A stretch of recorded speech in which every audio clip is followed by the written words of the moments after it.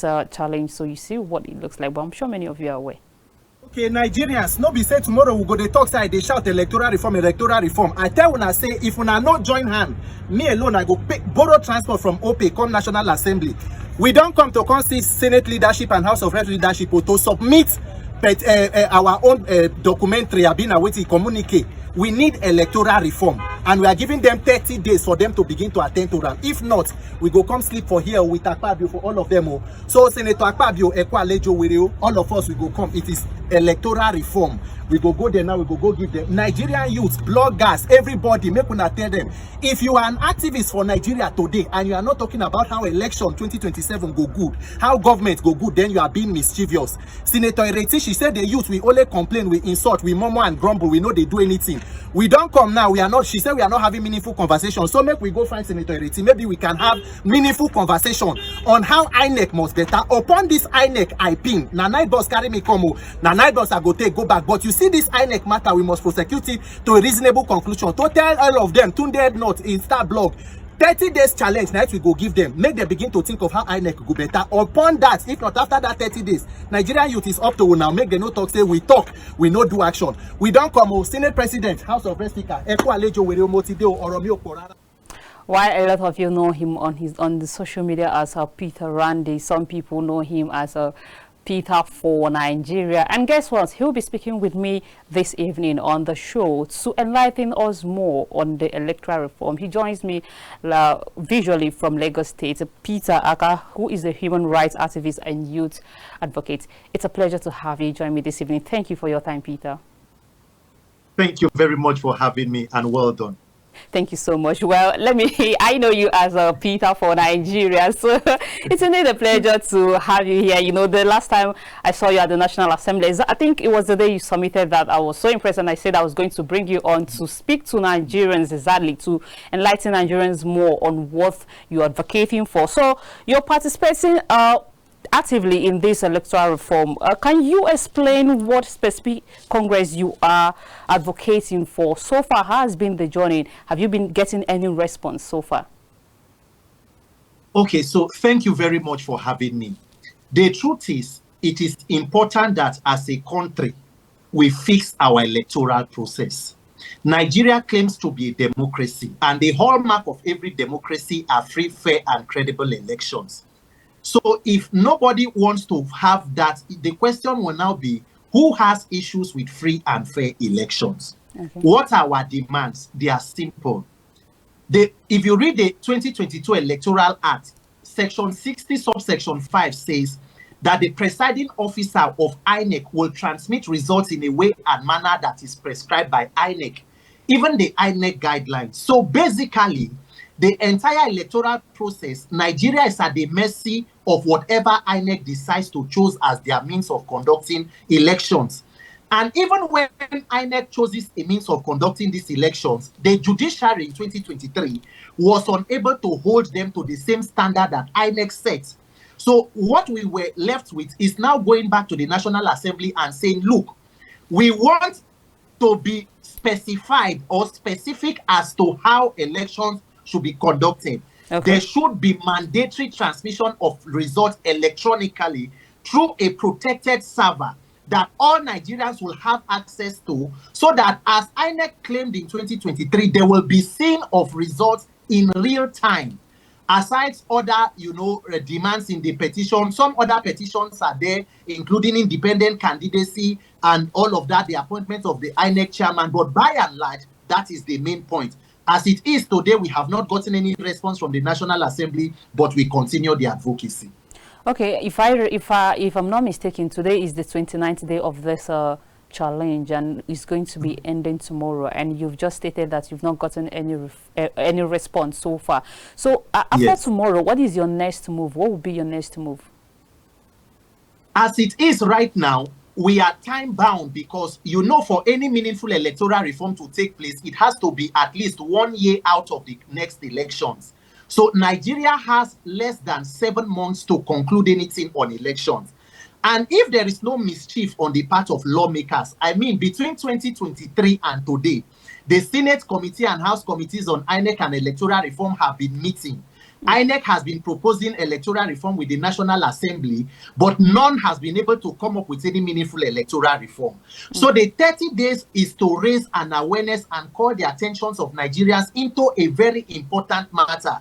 Today, political parties are talking about coalition or no coalition and all of that. But the important instrument is that the electoral umpire must be seen to be unbiased to conduct free and credible process. So even after the 30 days, we will continue with the advocacy. We are trying to see a coming together of everybody who is clamoring for this same electoral reform, whether political stakeholders from different parties, including even the ruling party, CSOs and all that, so that we continue to mount the necessary pressure to see that this is achieved in time before the coming elections. All right, I see that you also reached out to the senator representing FCT, Senator IRETI KINGIBE. Have you gotten any response from her so far? And has she been in any way supportive or contributing to what you're yearning for? Well, you know, in all honesty, Senator IRETI is just one senator. And we called her attention partly because she's also a member of the Senate Committee on INEC and Electoral Reform, which she, of course, responded to. We met with her and we gave her a copy of the same petition we had submitted to the Senate President's office and the Speaker, which she also promised to table at the committee level and then at the House level. As I'm speaking to you right now, we have not gotten any updates from the senator as to where that petition stands or any action that she has taken. We are still trying to reach out to her, as long as all other committee members of the Senate Committee on Electoral Reform, because the committee chairman was changed recently from Senator Sharafadin Abiodun Ali to the former governor of Plateau State, who is now the senator, Senator Simon Bakola. So if in terms of a response, not any yet, but are we still making plans and still trying to reach out? Yes, we are doing so. All right, we've also had some former leaders talked about reforming INEC. A few months ago, we heard the former president Olusegun Obasanjo speaking to that and saying that the INEC itself needs a form of sanitization. I want to understand what sparked you up, because before now, a lot of Nigerians has been complaining about INEC being reformed. I've been yearning and I've been asking for INEC to be reformed. But up till this point, I want to know what sparked you up for you to take up this challenge. Mercy, to be honest with you, Nigerians are too afraid or not so concerned in addressing the elephant in the room. Nigeria is struggling today because the entire institution or system of governance has collapsed and is failing continuously. And everybody is struggling and trying to fix something. But if we fail to fix government or governance, we will end up wasting our time. Because I ask you the question, if today Nigerians are complaining about inflation, insecurity, high cost of living, lack of health infrastructure, all and the same persons who put us in this situation are already prepared for 2027. If you fail to prepare for 2027 to hold them accountable through a free and fair, credible process, what is the deterrence for behaving badly? The arrogance and confidence of a corrupt political class is in a criminal electoral system that they can weaponize to come back. So no matter how bad a politician is, they know that with or without the vote of the people, there is a criminal process in the electoral system they can weaponize to come back to office. So we continue this cycle of complaint and lamentation. So I have had enough. We must fix the big elephant that is in the room.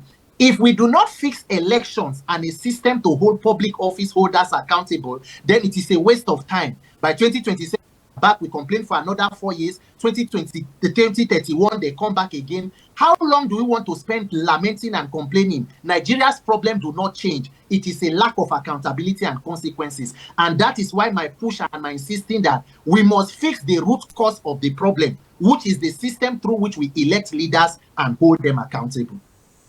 All right, so for the sake of our audience or listeners who might not be so aware of the reform you are clamoring for, can you give us a breakdown of, or in practice, the reform you are yearning for or you're advocating for? In simple terms, one of the key points is mandatory electronic transmission of results. Mercy, The INEC chairman in 2022 collected about 313 billion for the conduct of the 2023 general elections. And the INEC chairman said that out of that amount, about 151,000 was to be used for electronic technology, which is BVAS and IREV, where results will be transmitted in real time. On the day of elections, the chairman said there was a glitch and we could not transmit the presidential results. In the name of God, do we know why there was a glitch? How do we ensure that we do not have further glitches going forward? So we do not want to leave the entire process at the hands or at the mercy of INEC. Let the Constitution spell out the mandatory method of transmitting election results, and there should be consequences if INEC, who is the electoral umpire, decides to go against its own guidelines. So whether it means amending the Constitution to amend the Electoral Act and the INEC guidelines, it must be done. In other words, or in simple terms, we want a transparent process from voter registration to voting at the polling unit to coalition in a central server where Nigerians have access to. If INEC say they cannot afford it, Nigerian youth can build a server that is not as expensive as the cash that INEC collected and will be able to deliver for Nigerians. But we must make it law to close any possible loopholes for technicalities in our Nigerian judiciary. So that is the key demand, amongst other demands, allowing independent candidacy, the appointment of the INEC chairman not to be the sole responsibility of the president, however we decide to. But key in that petition is the mode and the transparency or accountability of the conduct of the election, from voter registration to voting to polling unit to coalition of results. Now, I want to get your opinion on something. Last month, there was a bill in the House of Representatives mandating voters to vote during election, a fine of 100,000 or so, with some months jail for Nigerians who refuse to vote. Though I treated that topic, and a lot of Nigerians were reacting to it and saying that when they cannot even depend on INEC. Now, I want to understand, what do you think is the current flaw in the INEC system we have today? In fact, thank you very much for that question, because if our leaders are not being mischievous, Mercy, which one is easier? Reforming the process to be free, fair, and credible so that people have confidence in the process, or jailing people who refuse to vote? According to INEC in 2023, more than 90 million Nigerians, about 93 million, registered to vote. More than 89 million collected their PVCs, but less than 30 million came out to vote for all the candidates put together. Why are Nigerians not interested in that process? Because they don't believe in it. If you look at the results that came out from places like Rivers State and all of that, your guess is as good as mine. So why are the lawmakers not paying attention to making the process more credible and trustworthy, as against criminalizing those who refuse to exercise that civic franchise? If people do not need to die, if ballot boxes are not being snatched, will people be afraid to go to the polling unit if the process was seamless, free, fair, and credible? So the major loophole that we have seen in the entire process is that INEC and electoral issues have been left to the whims and caprices of whoever that is running that place called INEC. And when a person is being appointed by the executive, confirmed by the legislative arm of government, he who plays the piper dictates the tune. So we must ensure that we insulate the actions in INEC against any human interference as much as possible, because human beings, the best of man is man. We must ensure that even if the president decides to appoint his kinsman as the INEC chairman, the process in itself should be devoid of human interference to the barest minimum, so that technology is able to do what it is able to do, as we have seen in countries like Ghana, Senegal, South Africa. Why can Nigeria not conduct elections in a free, fair, and credible manner without interference of political actors?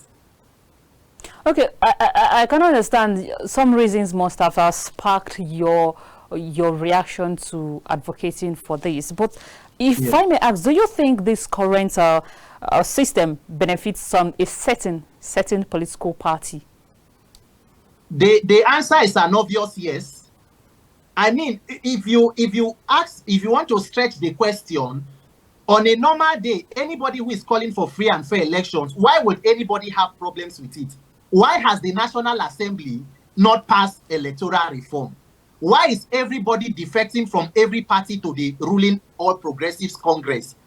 Is it because the government has performed so well? The renewed hope agenda has been so much manifested in the lives of Nigerians. What is happening with opposition political parties? Is there a deliberate attempt at converting Nigeria into a one-party state to capture the entire state? In the home state of the president in Lagos State, how viable is the opposition?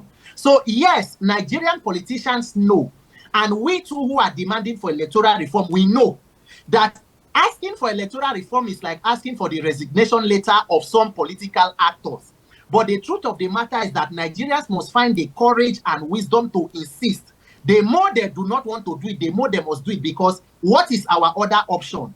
Keep quiet, allow them to rig themselves back into power. You have another 4 years. They rig in somebody who is a successor. You have another 8 years. How old would we be? What is the hope of the average Nigerian? So as it is today, the only reason why they will not want to reform it is because they know that that rigged and criminal system benefits a lot of people. If you know that you are sincere and you do not want to benefit from a rigged process, then the simple thing is reform the process. Okay, so I want to understand, so far, how has voters' turnout on public trust been impacted in system you are protesting for? Has feedback you've been getting so far as a young Nigerian, people, has there been people who has been discouraging you, saying that INEC will no longer be trusted? Do you think Nigerians still have that confidence in INEC, even let's just say tomorrow this your yearning is being vetted on or being acted on? Do you think a lot of Nigerians still believe in INEC? To be very honest with you, because this is a very profound question, the answer is the number of Nigerians who do not believe in this country anymore, or who do not believe that anything can work, is frightening. A lot of messages and calls that you get, Peter, you are wasting your time. Nigerians do not believe, Nigerians have been so much victims of bad governance that we do not believe that we can get good governance. To a lot of Nigerians, elections in Nigeria can never be free and fair and credible. So but then to you particularly, do you think it can or will it ever be free and fair? Do you know my answer to that? It must be free and fair. There is no alternative. Mercy, as we are talking today, more than 200 people have been killed in a flood in Niger. Not to talk about the killings in Benue, in Plateau, and all other parts of the country. Inflation, cost of living, poor health infrastructure, administrative corruption and criminality in government. If we continue to keep quiet, or we decide to be lethargic or completely give up, what is our other option? Whether we fail to try or not, we are dying and we are suffering. The important thing is for us to gather the courage and do our best. Nigerian politicians will do what they need to do when they see maximum pressure from the citizens. If 10,000 people occupy the National Assembly and insist on electoral reform, my dear sister, the politicians must reform it. Because the question we will ask ourselves is the power of the people and the people in power, who should be greater? Yes, the power of the people and the power of people in power, who should be greater? That's a very fantastic question. But I must say, we've seen things like this happen over and over. Last year, we saw the end bad governance protests, and in addition to so many others. But at the end of the day, it does look like the government turned deaf ears to the yearnings, to those particular yearnings. So I'm just wondering how achievable you think this is going to be? It is as achievable as every Nigerian decides to make it achievable. The end bad governance protest, the end SARS protest, we are not specific on holding leaders accountable. It was about fixing law enforcement brutality, and unfortunately, Nigerians were met with even greater brutality. Today, some persons who protested in NSAS are still in prisons as we are talking. So Nigerians have reason for us to be, careful and concerned about any action we take. But as I have said, and I'm still saying again, What is the other option? We protested against NSAS. Have we ended law enforcement brutality in Nigeria? We protested to end bad governance. How would we end bad governance? You can only end bad governance by electing good governance. It has to be through the electoral process. And that is why this current electoral reform demand is more surgical. The institution to reform it is the National Assembly. It is not about occupying streets and singing.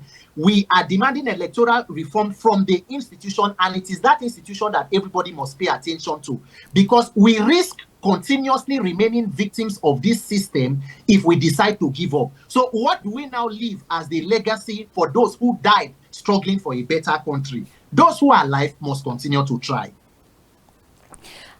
Looking at the rally which took place the time you were in Abuja, marching from somewhere to the National Assembly, I think I had some people talking about this current administration. Nigerians has gotten it too bad, and it's time for change. But with what has been happening in the political space recently, like you said, we've seen major defection from opposition party, and it does look like, even though it's still 2 years away, political elites or political individuals are already paying so much attention ahead of the 2027 general election. And I'm just wondering how much more do you intend to keep advocating for this? Because when you look at it, whatever is happening in the political space now is ahead of 2027. The APC has endorsed President Bola Tinubu as a sole candidate. Why? Looking at the People Democratic Party, you can see that it is unable to put its house in order due to some internal crisis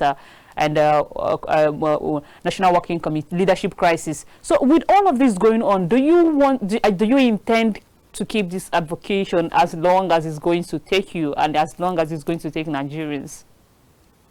Let me just be very honest with you. Nigerians must know that there is an existential threat to Nigeria as a nation and our lives. This will be gotten with the urgency that every Nigerian comes together to make it a priority. Because as you rightly said, for the first time almost since 1999, a government was elected and sworn in 2023. And almost that same year, the government decided to begin campaign for the next election, even after failing to deliver on the promises of the first mandate of the first 4 years. So 3 years out of elections, campaign had already begun. So now the question will be, what exactly is the plan of Nigerians for 2027? What are Nigerians going to do for 2027? If the people who are oppressing you are giving you bad governance, have already assembled, everything that you see happening in opposition political parties are parts of the strategy. Cripple and ensure that there is no opposition, hijack the electoral process, you control judiciary, you control law enforcement. So if you look at everywhere, Nigeria is almost an entirely captured state. But the question is, will we, the people, decide to be a captured people? Because today's victims were yesterday's survivors. Tomorrow's victims will be today's survivors. The dead can no longer die. So Nigerians must decide to find courage and demand on, and not wait for Nigeria to happen to us before we begin to make the change we deserve. Talking about the current administration, you said it has not performed on its mandates as promised to Nigeria. So in other ways, you're saying like this current administration sold a false dreams to Nigeria, but the president has reacted to that effect even as of today while addressing our Muslim brothers. He also said that his administration, the reforms or the policies of this administration is already beginning to yield fruits. And now, still on the political space, we can see what is happening with the northern leaders trying to pull this current administration in the next election. So far, do you think President Tinubu should be given more time, like he has said?